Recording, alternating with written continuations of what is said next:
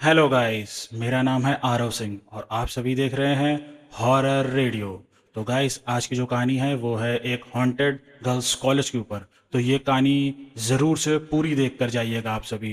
और आप लोगों से एक निवेदन है कि आप सभी लोग मिलके हमारे इस चैनल को सब्सक्राइब ज़रूर से कर लें और बेल आइकन की बटन दबाना बिल्कुल भी ना भूलें।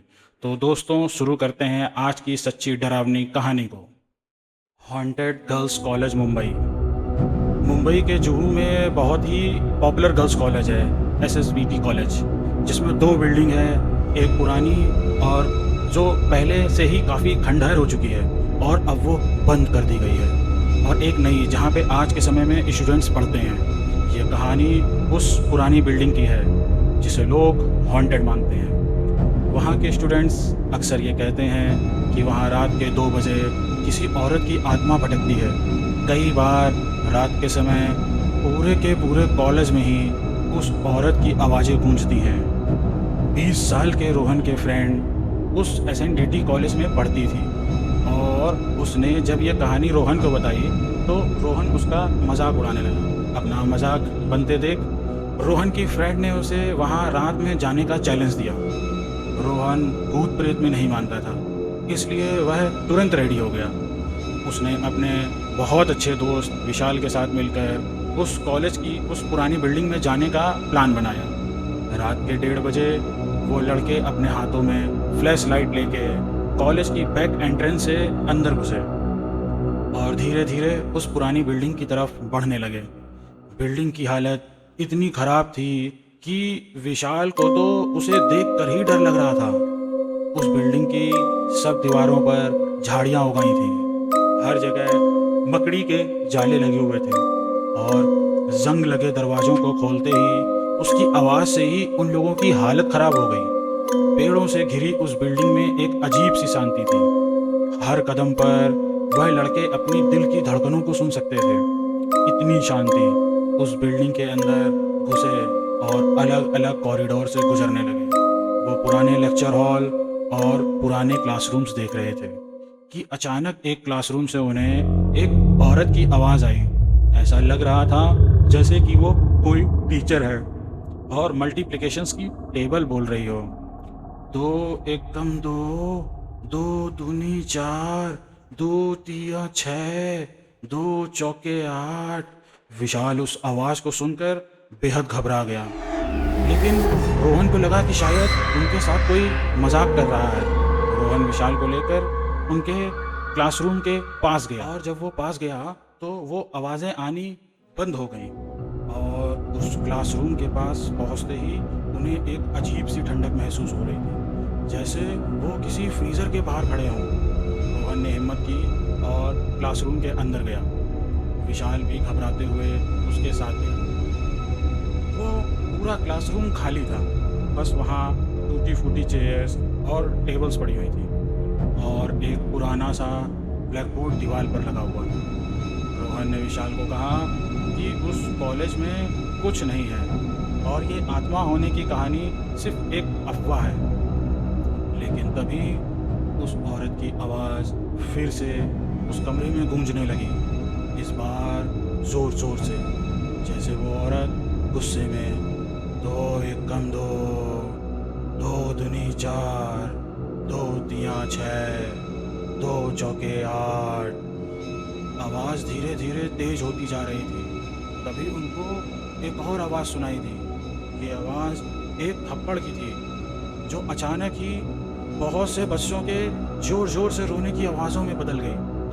उन लोगों ने अपनी फ्लैश लाइट को उस आवाज़ की ओर किया, लेकिन उससे कुछ भी नज़र नहीं आया। अब रोहन और विशाल घबराते हुए एक दूसरे को देख रहे थे। तभी उन्होंने देखा कि चौक से ब्लैक बोर्ड पर कुछ लिखा जा रहा है। उसमें लिखा था, मुझे यहाँ मारा गया था और अब मैं अपना बदला लेना चाहती हूँ। यह पढ़ते ही दोनों दोस्तों की रूह कांप गई, थरथराने लगे। वो फौरन उस क्लासरूम से निकलकर नीचे भागे। लेकिन जैसे ही वो उस पुरानी बिल्डिंग के पास पहुँचे, रोहन ने देखा कि उसका दोस्त विशाल उसके साथ है ही नहीं। वह वहाँ बाहर से ही विशाल को आवाज़ लगाने लगा, लेकिन विशाल नहीं आया। तभी रोहन की नज़र फर्स्ट फ्लोर के क्लासरूम की खिड़की पर गई और उसने देखा विशाल रोते हुए उस खिड़की को पीट रहा है, लेकिन वो खिड़की नहीं खुल रही। रोहन अपने दोस्त को ऐसे छोड़कर नहीं जा सकता था। वह विशाल को ढूंढने के लिए हिम्मत करते हुए फिर से उस पुरानी बिल्डिंग के अंदर चला गया। रोहन फर्स्ट फ्लोर के सारे क्लासरूम्स को देखने लगा, लेकिन विशाल कहीं नहीं था। अचानक बाहर तेज बारिश शुरू हो गई और बिजली कड़कने लगी। डर के मारे रोहन के आंखों में आंसू आने लगे थे। तभी उसे उस औरत की आवाज़ फिर से आई, दो एकम दो, दो दूनी चार, दो तिया छः, दो चौके आठ। उस क्लासरूम से जिसमें वो पहले गया था। और हिम्मत करके जब वह वहाँ पर पहुँचा तो रोहन के होश उड़ गए थे। विशाल क्लासरूम में नीचे बैठा रोता हुआ किसी औरत को देखते हुए वही टेबल बोल रहा था, दो दो एकम दो, दो दूनी चार, दो तिया छः, दो चौके आठ।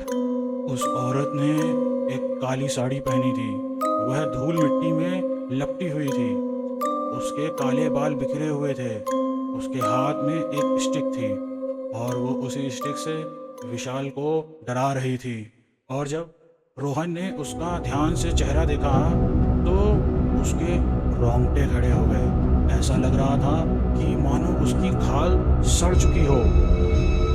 पूरा चेहरा उसका एकदम फूला पड़ा था। उसकी आंखें एकदम सफ़ेद। रोहन ने डरते हुए विशाल का नाम पुकारा, लेकिन विशाल रिएक्ट ही नहीं कर रहा था। तभी उस औरत का ध्यान रोहन की तरफ गया। उसने अपनी गर्दन रोहन की तरफ घुमाई और अपने खौफनाक चेहरे से रोहन की तरह देखकर पागलों की तरह मुस्कुराने लगी। वह अपनी चेयर से उठी और धीरे धीरे रोहन की तरफ आने लगी। रोहन घबराकर नीचे भागा और लेकिन सीढ़ियों के पास जाने में उसका पैर फिसल गया और वह सीढ़ियों से नीचे गिर पड़ा और वह नीचे गिरकर बेहोश हो गया। कुछ देर बाद रोहन की आँख खुली तो वो विशाल के फ्लैट पर था। विशाल ने कहा, जब वो उस पुरानी बिल्डिंग के बाहर निकला तो रोहन उसके साथ नहीं था। और फिर उसने रोहन को फर्स्ट फ्लोर की खिड़की पर उसको चिल्लाते हुए देखा। रोहन ने सबको बताया कि वह जगह भूतिया थी, इसलिए उसने अपने बाकी दोस्त बुलाए और उस जगह जाने के लिए निकल पड़ा। रोहन को ढूंढने के लिए वह अंदर आया और तब उसने देखा कि रोहन सीढ़ियों के पास बेहोश पड़ा है। उस औरत की टेबल पड़ने की आवाज़ें और बच्चों के रोने की आवाज़ें पूरी बिल्डिंग में गूंज रही थी, जो कि उस रात सबने सुनी। इसलिए उसने देरी ना करते हुए रोहन को ऑटो में बैठाकर विशाल के फ्लैट ले आए। रोहन ये सब सुन के एकदम शॉक था। उसने अपने साथ हुआ यह किस्सा सबको बताया। इस घटना के बाद उन सबको यकीन हो गया था कि एसएनडीटी का वो गर्ल्स कॉलेज हॉन्टेड है और वह सब कभी भी दोबारा उस पुरानी बिल्डिंग के आसपास नहीं भटकेंगे। एसएनडीटी गर्ल्स कॉलेज अब भी फंक्शनल है और वहाँ के स्टूडेंट्स आज भी इस कहानी से डरते हैं। कहा जाता है कि उस टीचर की आत्मा आज भी वहाँ भटक रही है अपना बदला लेने के लिए। कोई भी रात के 12 बजे उस क्लासरूम के पास नहीं जाता, क्योंकि सबको डर है कि कहीं वो उसका शिकार ना बन जाए। दोस्तों, ये थी आज की कहानी। आपको ये कहानी कैसी लगी हमें भी बताएं। अगले एपिसोड में हम लोग फिर से मिलेंगे एक दिल दहला देने वाली नई सच्ची हॉरर कहानी में। तो दोस्तों, जाने से पहले आप इस चैनल को सब्सक्राइब ज़रूर से कर लीजिएगा और बेल आइकन की बटन दबाना बिल्कुल भी मत भूलिएगा।